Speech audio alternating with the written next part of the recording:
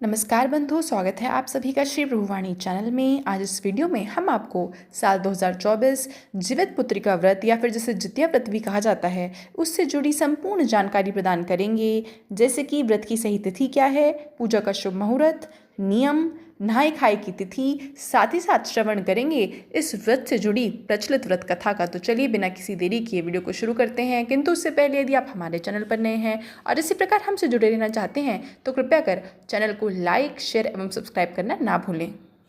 तो बंधुओं, पंचांग के अनुसार जितिया व्रत अश्विन माह में कृष्ण पक्ष की अष्टमी तिथि को रखा जाता है।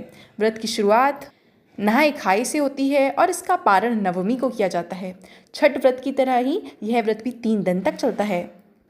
जितिया व्रत संतान के लिए रखा जाता है, यानी कि संतान प्राप्ति और उनकी दीर्घ आयु एवं सुखमय जीवन के लिए।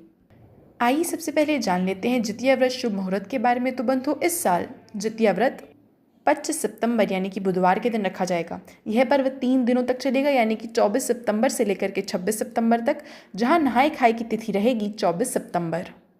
आइए अब जान लेते हैं जितिया प्रारण कब किया जाएगा। तो बंधुओं, यह 26 सितंबर को किया जाएगा।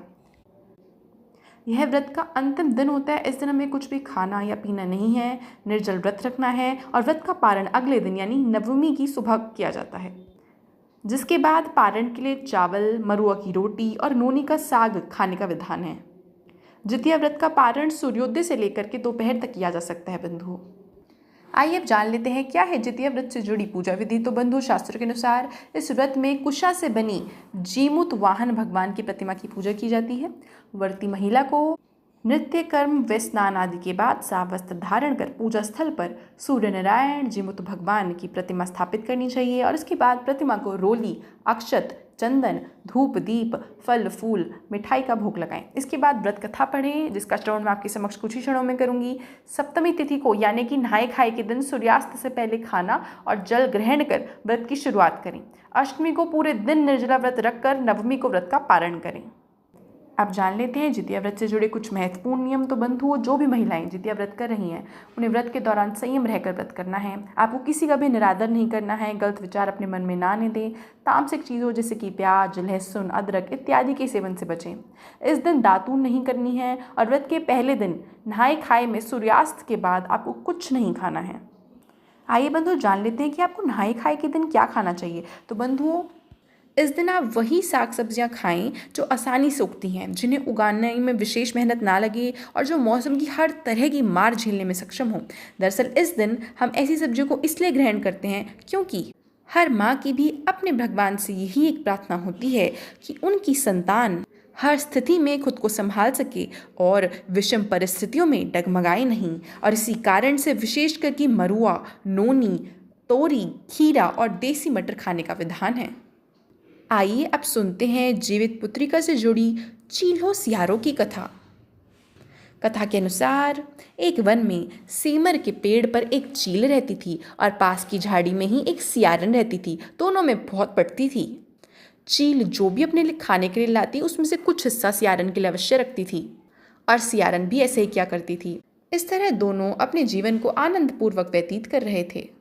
एक बार वन के पास गांव में औरतें जितिया की पूजा की तैयारी कर रही थी। चीलों ने उन्हें बहुत ध्यान से देखा और अपनी सखी सियारों को सब कुछ बताया। फिर चीलों और सियारों ने भी तय किया कि वे भी जितिया का व्रत करेंगी। उन्होंने व्रत रखा, बड़ी निष्ठा और लगन के साथ पूरे दिन भूखे प्यासे मंगल कामना कर व्रत में मगन रही। लेकिन रात होते ही सियारन को भूख प्यास सताने लगी और जब उससे बर्दाश्त नहीं हुआ तो उसने जंगल में जाकर मांस और हड्डी खाई। जब चीलों ने हड्डी चबाने के लिए कड़कड़ की आवाज़ सुनी तो उसने सियारन से पूछा कि बहन यह क्या है। तो सियारन ने कहा कि बहन, भूख के मारे मेरा पेट गुड़गुड़ा रहा है, यह उसी की आवाज़ है।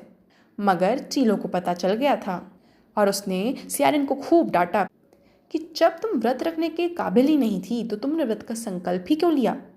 सियारन लज्जा गई, लेकिन चीलों ने रात भर भूखे प्यासे रहकर व्रत पूरा किया। अगले जन्म में दोनों मनुष्य रूप में राजकुमारी बनकर सगी बहनें हुई। सियारिन बड़ी बहन थी, उसकी शादी एक राजकुमार से हुई। वहीं चीलो छोटी बहन थी, जिसकी शादी उसी राज्य के किसी मंत्री के बेटे से हुई। सियारिन रानी के जो भी बच्चे होते वो तो मर जाते, जबकि चीलो के बच्चे स्वस्थ और हट्टे कट्टे रहते। इससे सियारिन को बहुत जलन हुई। बार बार उसने अपनी बहन के बच्चों और उसके पति को मारने का बहुत प्रयास किया, लेकिन वह सफल ना हो पाई। आखिरकार उसे अपना भूल का आभास हुआ। उसने क्षमा मांगी और बहन के बताने पर जितिया का व्रत विधि विधान से किया, जिससे कि उसके पुत्र भी जीवित रहे। तो यह थी बंधुओं आगामी जितिया व्रत से जुड़ी संपूर्ण जानकारी। आशा करती हूँ वीडियो बहुत पसंद आई होगी। वीडियो देखने के लिए बहुत बहुत आभार।